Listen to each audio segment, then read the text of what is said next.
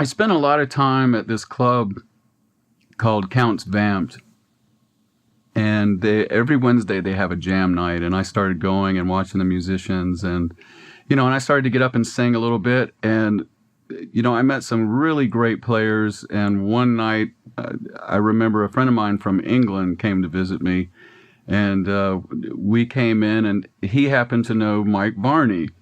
And so, that little 6 degrees of separation type thing going on. So I thought that was really cool. So I got to meet Mike. I'd heard about him, and I'd loved listening to him play.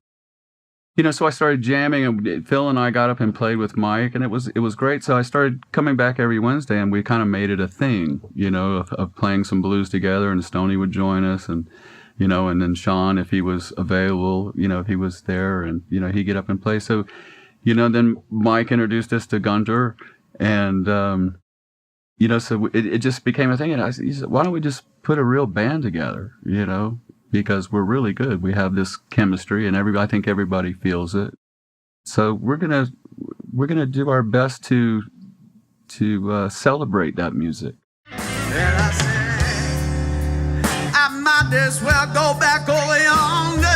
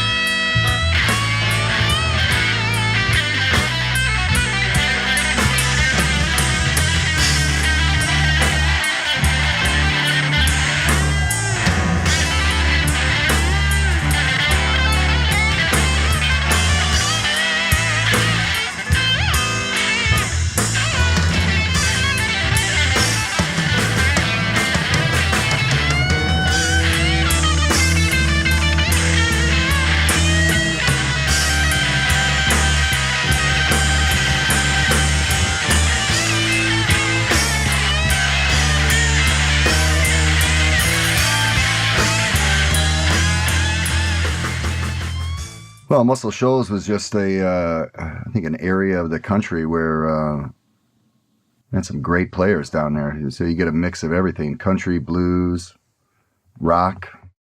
Yeah, and I think they just built up a place there to where people were attracted to that style of playing music. I haven't been in there, but I'm assuming there was a great vibe in there and a great energy, and that's what attracted people to it. And with that energy and that vibe came a sound.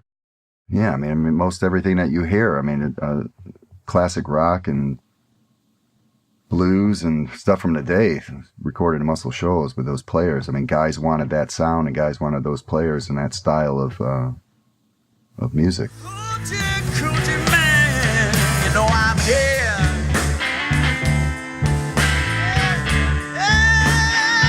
Everybody knows I'm here.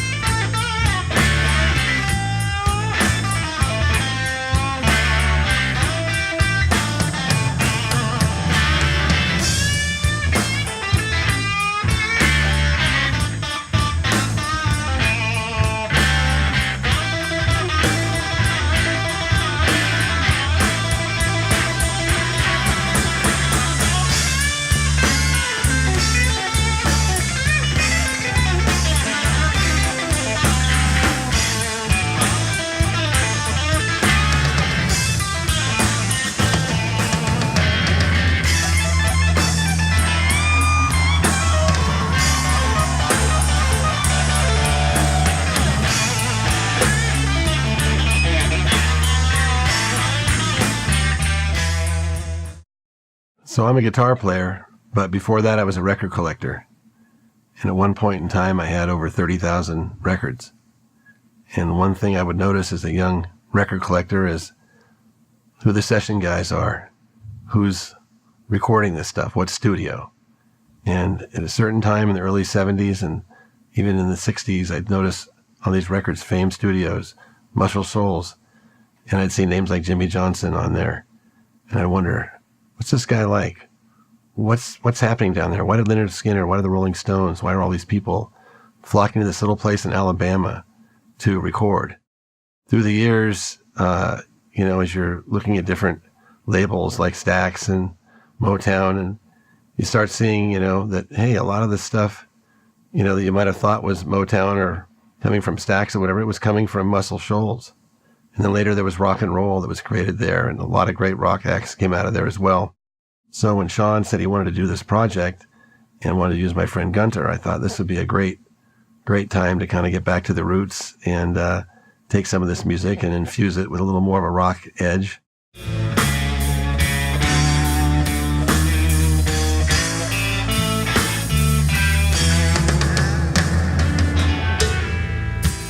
Wait a minute, something's wrong here. Lord, my key won't unlock my door.